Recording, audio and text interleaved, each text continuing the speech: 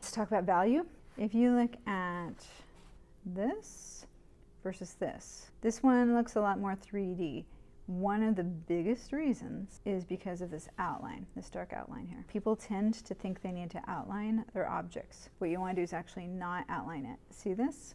You can see the edge of this because of the shadow behind it. See this? You can see the edge because of the light value and the dark value. So as you learn how to manipulate value and make things look 3D, it's the careful paying attention to where the lights and darks should be.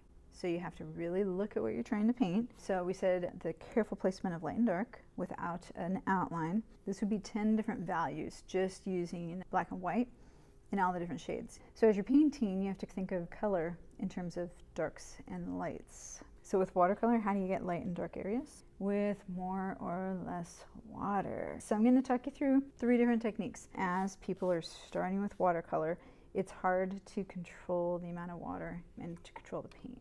Just pick one color. It's a good idea to test it out. Sometimes it's hard to tell, like, how thick is this? Is this coming off kind of nice and smooth or not? Do you need a little bit more water? So most of the time as people are starting with watercolor, the general default is to paint our darkest shadow. This isn't a bad way to start. But what happens is it gets a little bit liney here. So we actually need a slightly lighter value here. So before the paint dries, I need to come alongside it and try to soften the edge. That you can always come back and put a darker layer on top. If this ends up being too light, then that's okay. So see how this edge is going to be really stripy? What I gotta try and do is come along here before it dries. See, just in that couple of seconds, it's a little bit hard for me to get rid of that hard edge. What can I do? I can come in with a little bit more paint. So this is a way that most people tend to start. Soften the edge. You gotta soften this edge just before it sinks into the paper. Do I have a 3D effect coming? Yes. Do I have a little bit of a hard edge right here? Yes. Part of that's going to come through practice. One thing that you need to watch out for is overworking the paper. So let's say right here you're like, okay, there's a hard edge. I'm going to add more water to this and try to soften this. Maybe you try and do that to try and get rid of that edge. That worked, but now I'm going to get a little bit of what they call a run or a back run, and it's going to pool up right there. So it is softening here, but it is going to create this. Sometimes you want those effects, and it's okay. That's not necessarily the worst thing in the world, but just understand that that's going to happen. As I keep going back and forth, and you shouldn't be scrubbing with your brush. This is just for the sake of example. Do you see how the paper is starting to deteriorate? Can you see that? The paper is starting to kind of go up in little bits on the bottom part there. While the paper is wet, the paper is a little fragile. So you do have to think through, when do I need to stop and let the paper rest? But while the paper is wet, if you just keep going over and over and over and over and over, first of all, it's going to keep diluting. And second of all, the paper starts rebelling a little bit. Can I do the shadow right here? Yes, but I should wait until this section is dry. If I come in with my darker shadow color right here, the edges are going to bleed, remember? So let's move on to another strategy. Let's paint our area that we're going to make the sphere with water. I have a teeny bit of blue on the brush. There it is. It's a little shiny. So now if I come in with my paint, what's going to happen? I can come here with the dark and it starts spreading. Some people can handle that and some people don't like that lack of control. Am I getting a dark?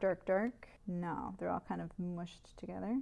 As it dries, I can come in with a little bit more if I want to. You can see how I automatically have a much softer look to this one.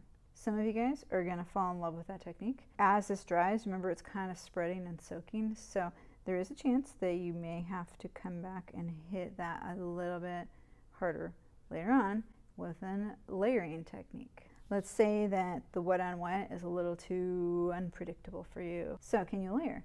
Absolutely. Go from light to dark. You notice on the other ones I automatically started with the darkest part.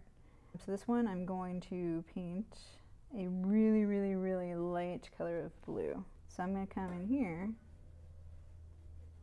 and paint my whole sphere with a light blue. What do we do next with layering? We let it dry. You can definitely add a little bit here. We can do this. Then we let this dry, and then we'll come back and we'll add another layer. We're gonna let these dry, and we'll be right back. So we're back. We've let things dry. Once you put the cast shadow, we're gonna see that here. Cast shadows help make things look believable, because if something has mass, it's gonna cast a believable solid shadow. So once you add that in, it helps work wonders. A couple of these are examples of what not to do as well. See how the paper is kind of coming up? You know how I said if you just go over and over and over, if you just are working wet paper, if you're going back and forth over really wet paper, it'll start deteriorating. This is also what not to do.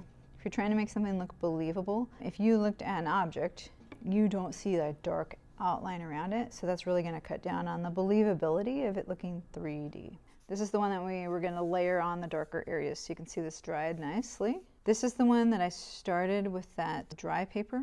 I put the dark on first, and then remember how I said I could add some water, but it might become one of those backgrounds. Okay, the last one, this is the wet on wet. You can see it was going really, really well. But look what happened. I'm actually kind of glad this happened so I could show you, which is out of your control. This is just a deformity in the paper. So we're going to rework this a little bit. Part of this is to show you what happens if you're drawing and you're painting, you know, kind of sometimes don't start going the way you want it. Sometimes you just kind of go in a different direction. So what happens if we paint over this? I'm trying to soften and feather that edge. We'll see. Maybe that's going to stick, maybe it doesn't. As you're working with these formulas, this is just basic light logic. The light source will be over here. The light hits here, you have a highlight. This is called the core shadow, the main shadow. You have a little bit of reflected light, because what happens is if this is sitting on a countertop, the light actually bounces back off of the table and bounces back, and you get a little bit of a lighter area. So the darkest edge is here, not here. And then when I do my cast shadow, that's going to be nice and dark. When you put in a cast shadow, it helps it be a lot more believable. We're going to come right along to the edge here. So remember we said we wanted to wait until it was dry. But once I add this, it starts out darkest. It should be as dark. The cast shadow and the core shadow should be similar. And then it might start fading out over here more. So that adds another layer of believability for sure. Because of this background, if I wanted to go back and, you know, kind of fix that, I can come in here and kind of match that. But like I said, a little bit of that run is just kind of a watercolor effect that is just part of the beauty of watercolor. So I can come in here, soften that edge, just make sure I don't hit the outside part. You can see what happens. I'm on a tilted surface. See down here, I put a lot of water down there as I was painting, and it's starting to puddle up. You need to make sure your paintings are drying straight. It's always a good idea to have a rag or something. So if you notice that you got a little bit crazy with the water, you can grab a little bit of it, and you can always kind of even it out a little bit. Let's talk about the layering one. So everything is a nice light blue. If I'm going to layer, then that means I'm going to build up value. If you're right-handed and you paint this area, and then you're trying to paint on the other side, you do tend to do what I just did. See how I stuck my wrist, the side of my wrist, or my hand in there. So there are a lot of people who, whether you work with pastel, paint, watercolor, they like to work from this direction, but you can't always do that depending on what part you're working on. I am going to get this area a little wet first. I tend to do this on the back of my wrist so I can feel how much water is in my brush so that I don't overdo it. So you can see how I'm already starting to get that, even with just like basically water and a little bit of blue that I had left on my brush. And now I'm going to build up the next value. So the thing with layering is that you can go in however many layers as you want to. There is a kind of a point where the paper might start deteriorating on you. But if you're not using a ton of water, you can now do this and say this is layer number 2. How many values do I have going on right here? I got the white. I got kind of a lightish one. I got maybe about like 3 values going on. The paper is damp. Typical of layering is you would wait, let this dry 100%, and then come in with the darkest layer. but I think you guys get the idea now. Try out some of these techniques. First time of using watercolor, most people hate watercolor because you do have to figure out how to control the paint, and it doesn't always do what you want it to do. You can get good results with all of them. And look at what we said, that cast shadow that I stuck my hand in, that cast shadow helps a lot. So your project, there's a PDF attached to the project. This is a basic light logic formula. You do not have to read the article, don't worry. 5 is your darkest, so this is our core, and then 5 is our cast. 4 means a lighter value, so your edge is a little bit lighter, like we did right here. The reflected light bounces up onto the edge. And then 3, 2, 1 is white. So your project is, you're gonna do this, and feel free to try out different techniques. What happens a lot is maybe your first one turns out awful because you tried one technique and you're like, nah, you know what, maybe not. Maybe you try that technique 3 different times. By the time you get to your third object, you're gonna be a little bit more comfortable with it. It's not a thing where you're gonna master this overnight, but it's something that you're gonna keep working on. You can come back and rework things, but once you paint over your white areas, you can't get the white back. You gotta keep white. These lines just mean as they're transitioning, but this is a smooth surface. You are trying to make something look round, so I'm not painting in stripes. There's also a formula for a cylinder, a cone, and a cube. So you are gonna do this. You're gonna do 3 objects. Whether you try different techniques or if you just wanna try the same technique 3 times is totally fine. You notice how I had to let things dry and come back to it. Monochromatic, 1 color. And you have to try to figure out how to get value. Questions? Let me know. All right, see ya.